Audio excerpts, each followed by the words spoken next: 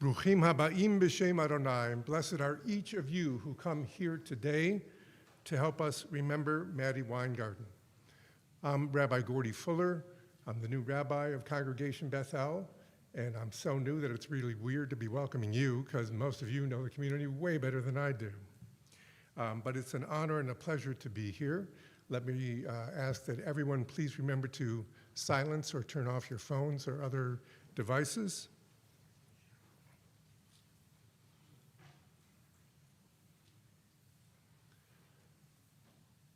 In old times, when families first heard the news of the passing of a loved one, they would tear the garment that they were wearing as soon as they heard the news. Mostly we don't observe that anymore, except in the most traditional quarters of our religion, but instead we wear these ribbons, and there is a little blessing that goes along with it. The action is called kriyah, which means tearing, and so those family members who would like to wear one of these ribbons, I would invite them up now to get a ribbon. When it's your parent, you wear it on the left over your heart. For any other relative, you wear it on the right side. So all those family members who would like to come up and wear one. And it should just tear from the bottom. If you need the scissors, you can do that. Yeah, sure. Wait, they'll do the blessing.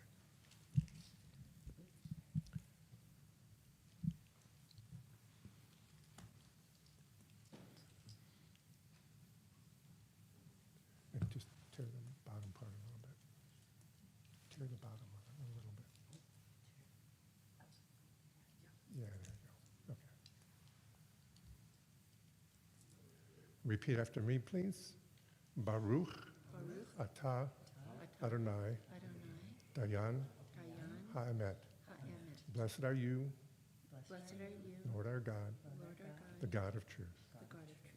May be seated.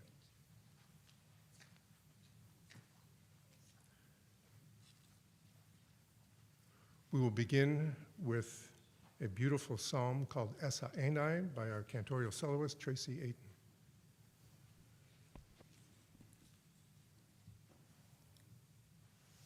Esa Enai el Hecharim me'ayin yavo Ezri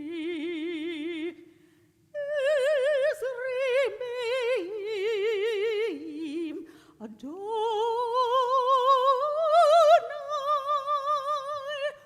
ase shamayim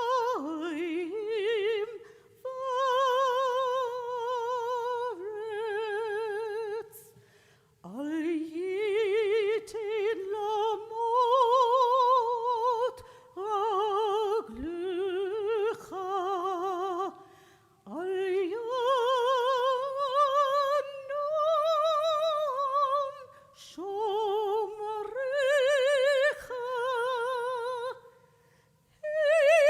hinenu yanum velo yishon Israel.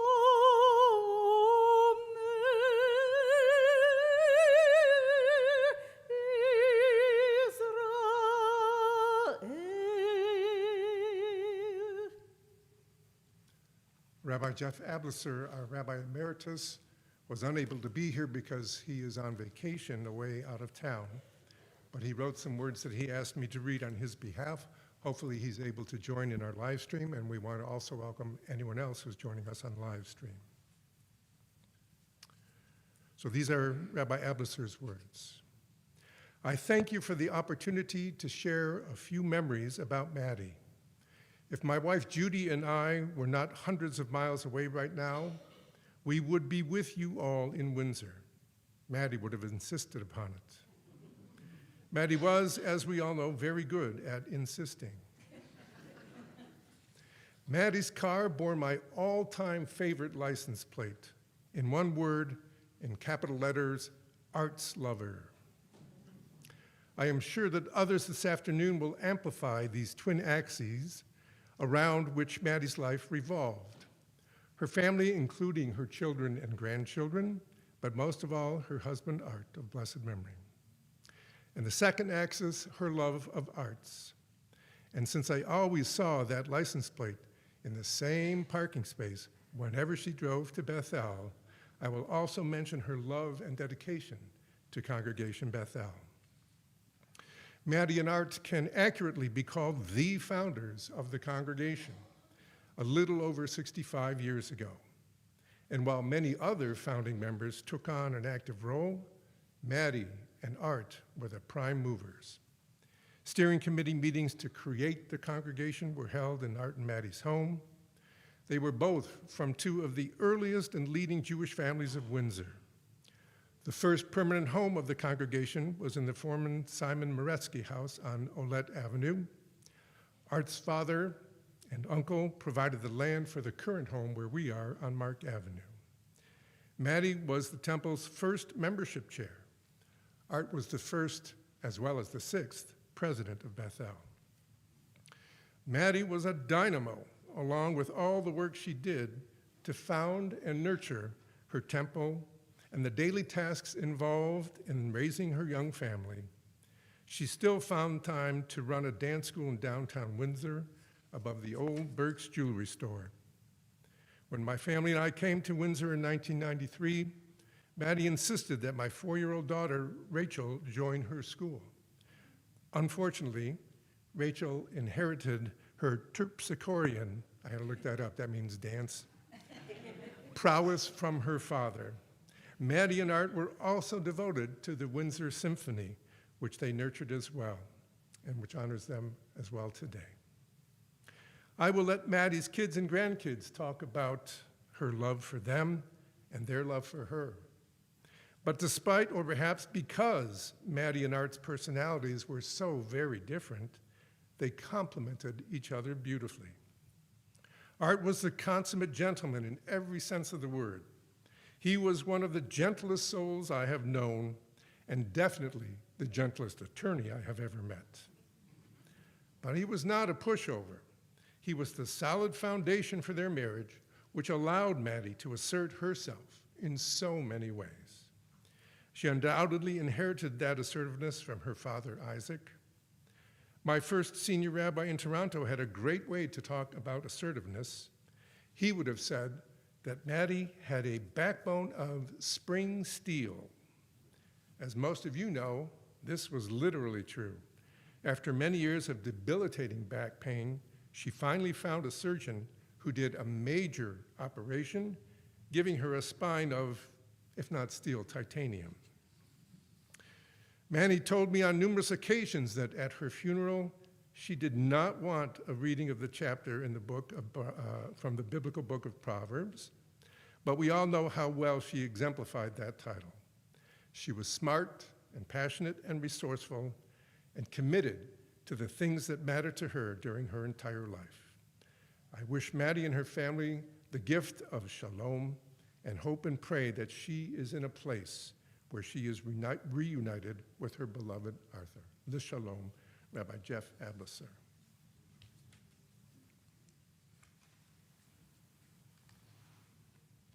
I want to share this reading that can be found. You don't have prayer books, but any of you who like it can find it in the Mishkan Tefillah prayer book toward the back.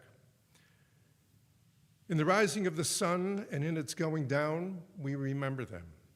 In the blowing of the wind and in the chill of winter, we remember them. In the opening of buds and in the rebirth of spring, we remember them. In the blueness of the sky and in the warmth of summer, we remember them.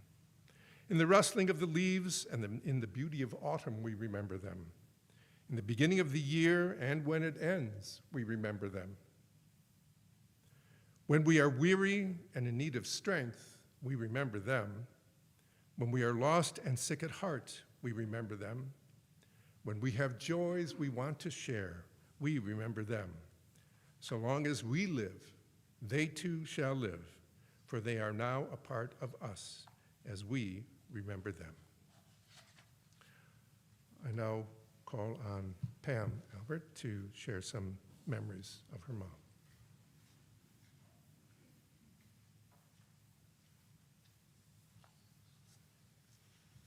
Welcome, everyone. So yesterday morning, what do you think I did the day after our mom died? I mean, I do come from Madelyn Weingarden. Our mom always said to go play tennis or engage in something fun instead of planning her Shiva, for she was so organized that everything would already be labeled and prepared in the freezer. So I listened to her. I was running a charity hike, and it just so happened it was yesterday morning. And it was clear to me that there was no other place my mother would rather that I be than hiking, as I engaged an entire group to join me in celebrating her life. And of course, I cannot stand here today on October 6th, the day before the anniversary of October 7th, without acknowledging and remembering lives lost on this day and the destruction that has happened in the world since then. So I send a message of hope today for the return of the remaining hostages. Madelyn Weingarden was the daughter of Sonia and Isaac Muroff and was born on August 28, 1935. She was born in Detroit, like most babies at that time, even though they lived in Windsor, Ontario. She is predeceased of her brother Walter, who was 2 years her senior. As a young girl, she played the piano and had dreams of becoming a concert pianist. So music was also a part of her being. She was great at sports and full of life and energy. I think her and our father started dating when she was 13 and he was 15 years old, but somebody here might know that better. By the age of 18 and 20, they were married, for their parents would not permit them to live in another city together unless they were married. So they got married. She wore her friend Arlene Berkowitz's beautiful pale pink wedding dress. Then they moved to Toronto for Dad to start law school at Osgoode Hall. Mom worked to put Dad through law school, which meant that her education had to be put on hold. A childhood memory that Mom shared. Our Papa Izzy, my mom's dad, was a staunch Zionist. I remember her sharing the story of how we used to smuggle arms for the Haganah across the Windsor-Detroit border to get the arms to Israel. He would take our mom with him in his truck and tell her to pretend to be sleeping, and beneath the fruits and vegetables in the back were the arms that were to soon get to Israel. She always believed in equal opportunities for women, and this spilled into different areas of her life. She always wanted to be able to go to university, so when my siblings and I were still quite young, our Aunt Cyril Green and her enrolled in university. She took a course or two a year until she graduated. I remember I was 20 years old when she finally graduated. She was always outstanding at whatever she set her mind to. So of course, she won the English department scholarship at the University of Windsor to do her master's in literature. Dad got to hood her at the graduation ceremony, which meant he had to hood all the graduates, in addition to our mom. Of course, their friends, the Solomons, Carl and Virginia, came to Windsor from Toronto for the ceremony. I have two examples of how she would show up for other people. One family friend called me to say that our mom was there for him in his darkest moments to support him, and you know who you are. Our friend Catherine from California shared that when she was attending University of Windsor as a student for the first year, it was really hard to get used to the cold climate. When it turned cold in January, there was a knock on her door, and who was there? Art, with my mom's fur coat to keep her warm and help her adjust to the cold, which of course also left her with the warmth and kindness and protection of our parents. I want to address our parents as a couple and as parents. As a couple, they were a force. Separately, they were strong, vibrant, compassionate, and accomplished. But together, they took this to another level. Many of you here today, I am sure, experienced my parents together. As parents, they gave us so many opportunities. We traveled together and created lasting memories on the ski hills, hiking the mountains in Arizona, visiting us in school, wherever we were in the world, and always eating ice cream and chocolate along the way. As grandparents, they were fun and playful and created wonderful adventures for our kids. From the time they were babies, they would meet us halfway from Toronto in London at Storybook Gardens and keep the kids for a week. I remember when David was 2, she already had the title of Nana Manners. When our kids needed more manners, which they did, having me as their mother, we would just ship them to Windsor. When I called when David was 2, he answered the phone and said, "Hello, David speaking. Can I help you, please?" Thank goodness for Nana Manners with me as their mother. When you look at how our parents spearheaded the founding of the temple, it was also from our mother's desire to count and her desire to make a difference. After attending Holy Blossom Temple in Toronto, when our dad was at law school, she realized that there was a place in Judaism where she could belong as an equal, where she could learn and study and have a voice and be counted. I learned from our parents that growing up in a small city, when you want something to happen, you just do it, right? You have to make things happen, and why not? There are always possibilities that can become realities when you choose to stand up, to lead, and to create them. It was the same way that she founded her dance studio. She went back to school to study to be a dance teacher at the National Ballet of Canada and at University of Michigan, and mentored and changed the lives of many young people, some of whom may be in this room today if anyone went to my mom's dance classes. Some of whom I remember when she was opening her studio and someone came in to inquire about classes. She looked like the cleaning lady, because she was cleaning a lot, you'll hear as we speak. She had a mop in one hand and cleaning clothes on, as opposed to presenting as a polished dancer. When the lady asked if Mrs. Weingarden was around, she said she was only the cleaning lady, so that they'd have to come back at another point in time to register. Her humor was direct, larger than life at times, and kept us laughing. As she got older, she became even bolder and was never afraid to speak her mind. When I was getting married and she was planning the wedding, she kept calling me and she'd say, "Are you sure you're going to marry this guy? For I could be playing tennis instead of planning a wedding, and I don't want to waste my time."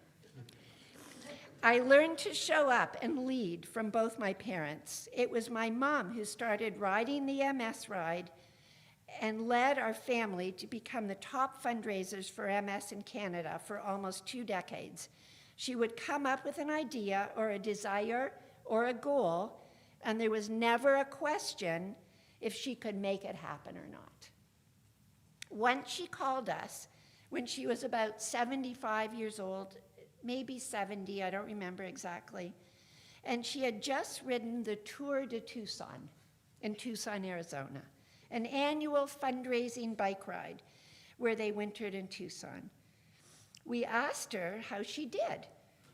Michael and I were on the phone, and she said she came in second in the seniors division. And we said, "Mom, that's fantastic. We're so proud of you." And then I asked, how many riders were there? She said 2. So that's when Michael gave her the nickname, which stuck, the Arizona Flash. Yeah. She had lots of friends in Windsor and Tucson and broader, and was a mentor to so many of her students and to others in the community. She was a force, an inspiration, a starter, and one that brought things to fruition. She was an accomplished writer, student, learner, teacher, pianist, a tennis player. Maybe you don't agree she was an accomplished pianist, but she loved it. Yeah, yeah. A tennis player, dancer, skier, cyclist, lover of the arts, philanthropist, and leader.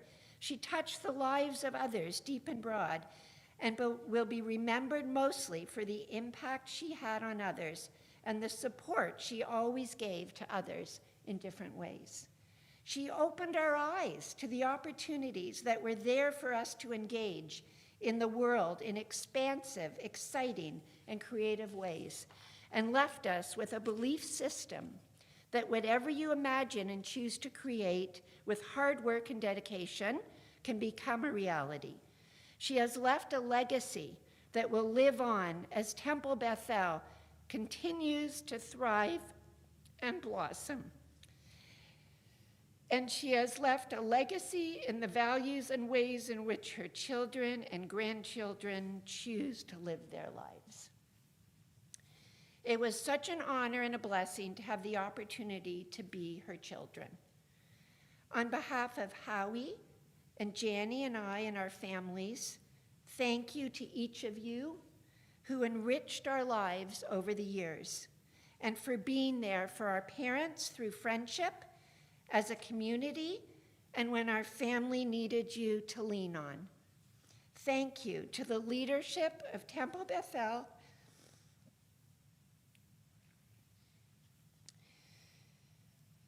for keeping my parents' dream alive and for helping it thrive. And thank you, Rabbi Fuller, for being here. To those of you who have traveled from near and far, we're grateful that you are here. And to the Windsor Symphony, I have this image that keeps coming to me of both our parents being reunited and smiling down on us at this moment. And you created an opportunity for contemplation, imagination, and sheer beauty. Thank you. May your blessing be a memory.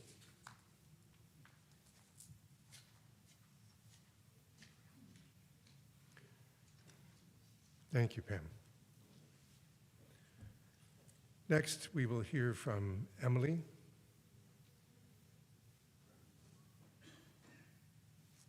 You want to go together? Okay.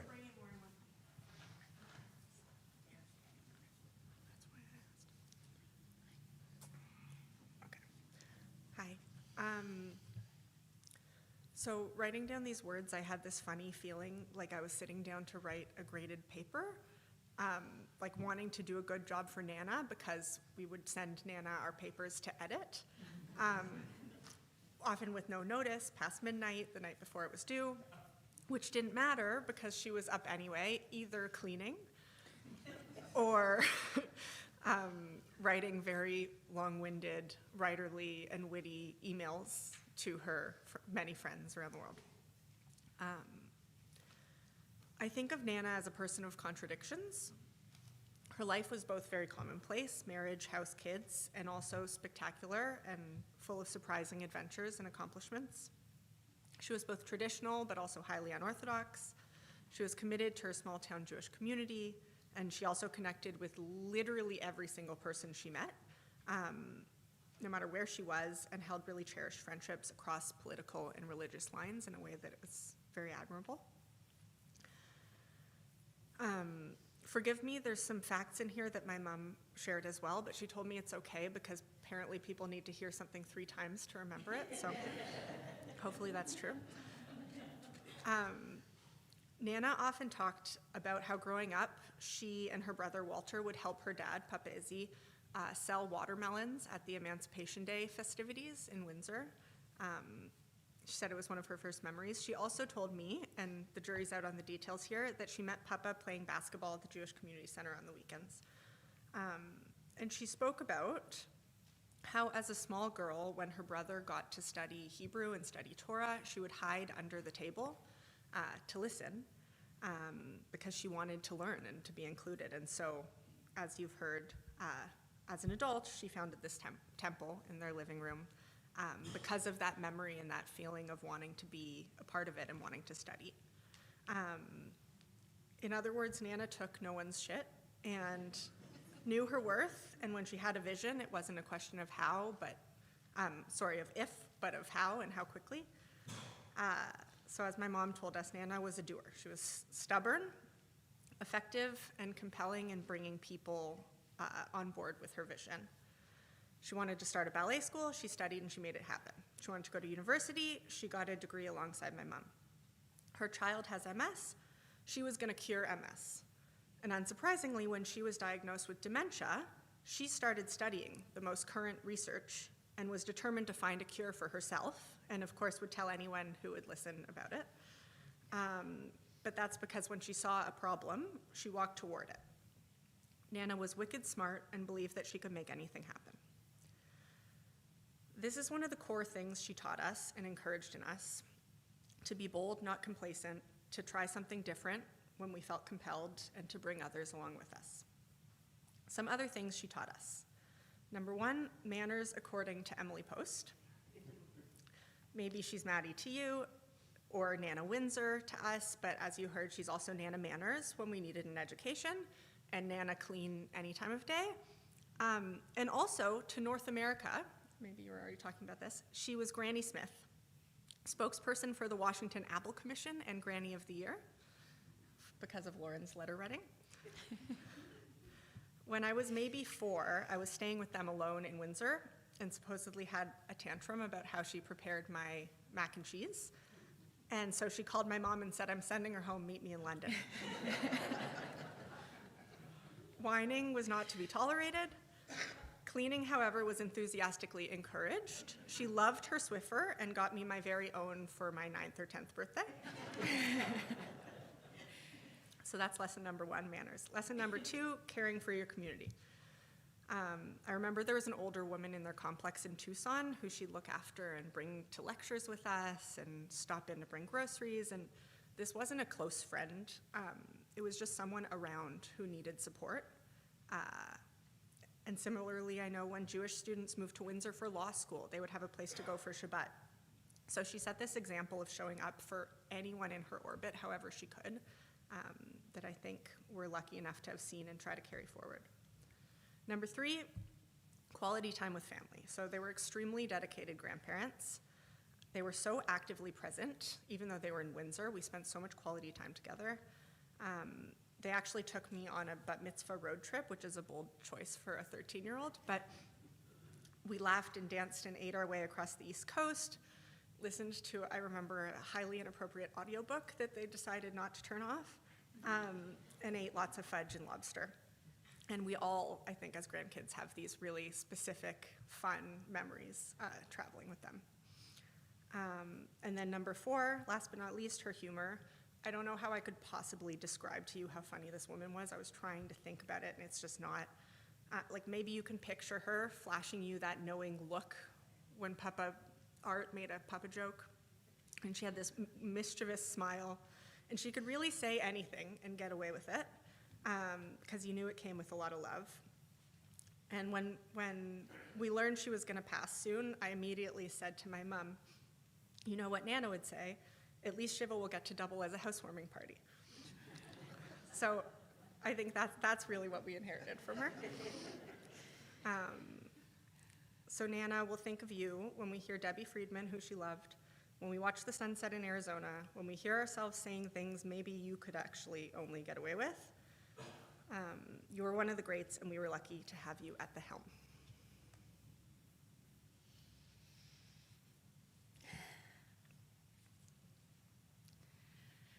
I'll start with maybe a little bit of humor.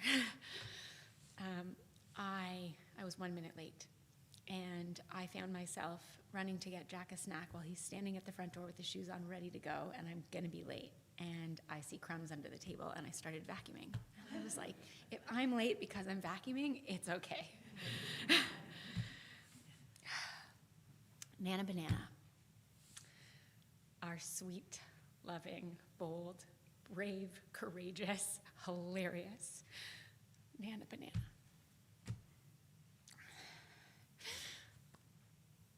Sorry.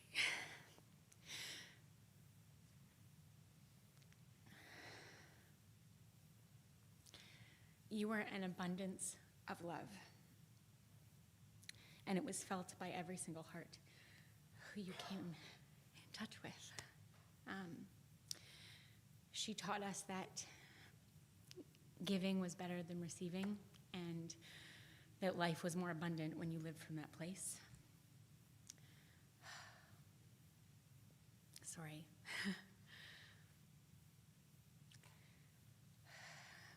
She appreciated the magic within music.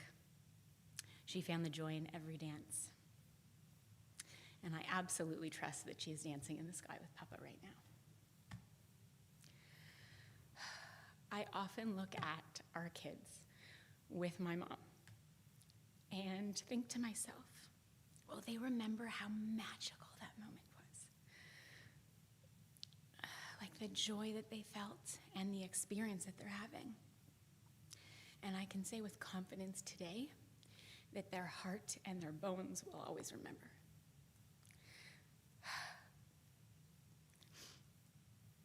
And yesterday I got to sit on a field of grass with a collective of amazing humans.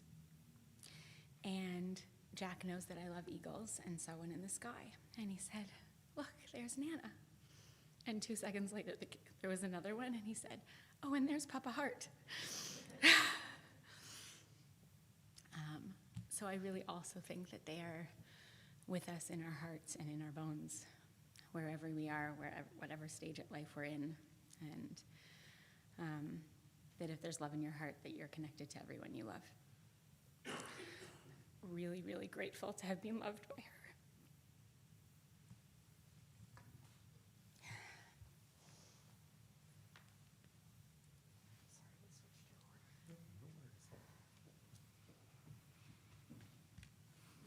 Thank you all for your lovely words. Speaking of Debbie Friedman's music, Tracy will now chant for us the beautiful Psalm 23 that Debbie Friedman wrote. Not one of her best known ones, but I think one of the most beautiful. Adonai roi lo exal pinote shear bitseni al me nuchot yina haleni nafshi shoviv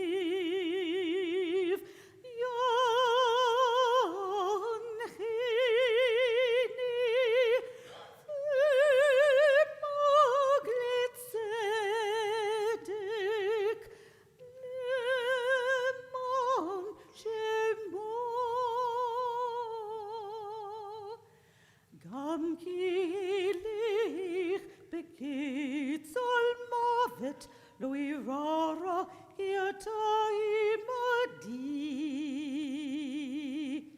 shiftecha umishantecha heimayana hamuni taroch lefanai shulchan nikit sorehai dishanta veshemen roshi kozir vaya ach tov vechesed yidefuni kol yemei chayai v'shavti beveit Adonai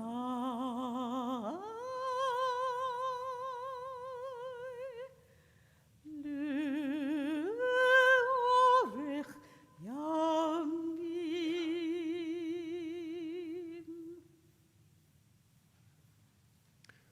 While I never had the chance to meet Maddie in person, from the stories I've heard and some of the things I've read in the History of the Jews of Windsor book that I was given, this is probably an appropriate reading as well.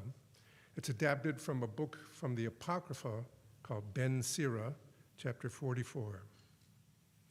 Let us now praise distinguished leaders, those who came before us. They are a great glory to Adonai, who created them. Their lives proclaimed God's majesty. They were honored in their generation and were a source of pride in their times. Some of them have left a name so that all declare their praise. And there are some who go unremembered, who have perished as if they had not existed, as though they had never been born. Not so our loyal leaders, whose good deeds have not been forgotten. Their good fortune is transmitted to their descendants, their heritage to future generations. Their posterity shall endure forever, and their glory will not be blotted out. Their bodies will lie buried in peace, and their names will live forever. People will recall and recount their wisdom, and the congregation will sing their praise. We pause now for some meditative music from the Windsor Symphony Quartet.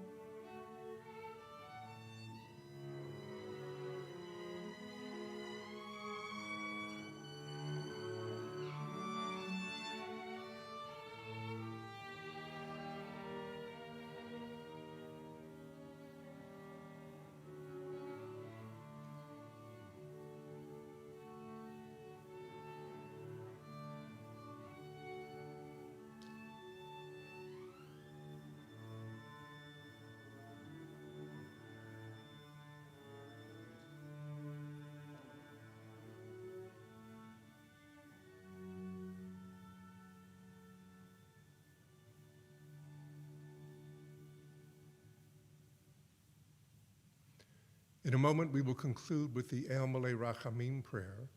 Our tradition is that we don't say mourners Kaddish until the body is in the ground. So I will give some instructions now for when we finish, but I'll repeat them at the very end. We ask that if you choose to go to the cemetery for the interment of the body, that you not drive in a procession with the funeral procession. Only the immediate family should do that. That's for your safety in terms of going through red lights and other issues that may come up, as well as for timing, because it would take extremely long for a procession at large to go through town. When you get to the cemetery, I would recommend that people leave jackets and wraps in their cars because it will be extremely warm there.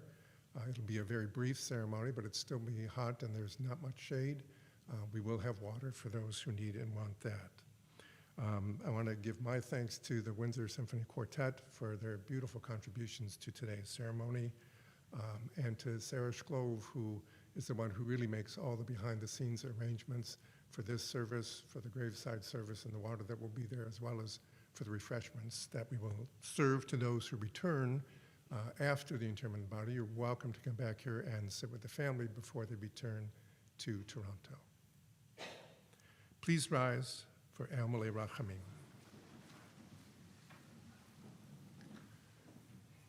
El Malei Rachamim shochen bamromim hametzei menucha nechona tachat kanfei hashechina b'malot kedoshim utehorim ki zohar arki amasirihim et nishmat Miriam bat Sarah v'Yitzchak שהלכה לעולמו בגן עדן תהא מנוחתו. אנא בעל הרחמים, הסתיריה בסתר כנפיך לעולמים, וצרור בצרור החיים את נשמתה. אדוני הוא נחלתה, ותנוח בשלום על משכבה, ונאמר Amen. Exalted, compassionate God, grant infinite rest in your sheltering presence among the holy and pure to the soul of Miriam bat Sarah v'Yitzchak, who has gone to her eternal home. Merciful One, we ask that our loved one find perfect peace in your eternal embrace. May her soul be bound up in the bond of life. May she rest in peace, and let us all say, Amen. Once again, thank you all for coming, especially those who traveled a long distance. If you choose to, it's not a requirement, but if you choose to go to the cemetery, please go on your own unless you're with the immediate family. Be careful of the heat out there, and anyone is welcome to come back approximately 4 o'clock here at Bethel to console the family. We close with the traditional words of comfort. Hamakom yinachem etchem b'tor shar avidei Tzion v'Yerushalayim. May God comfort you among all the mourners of Zion and Jerusalem.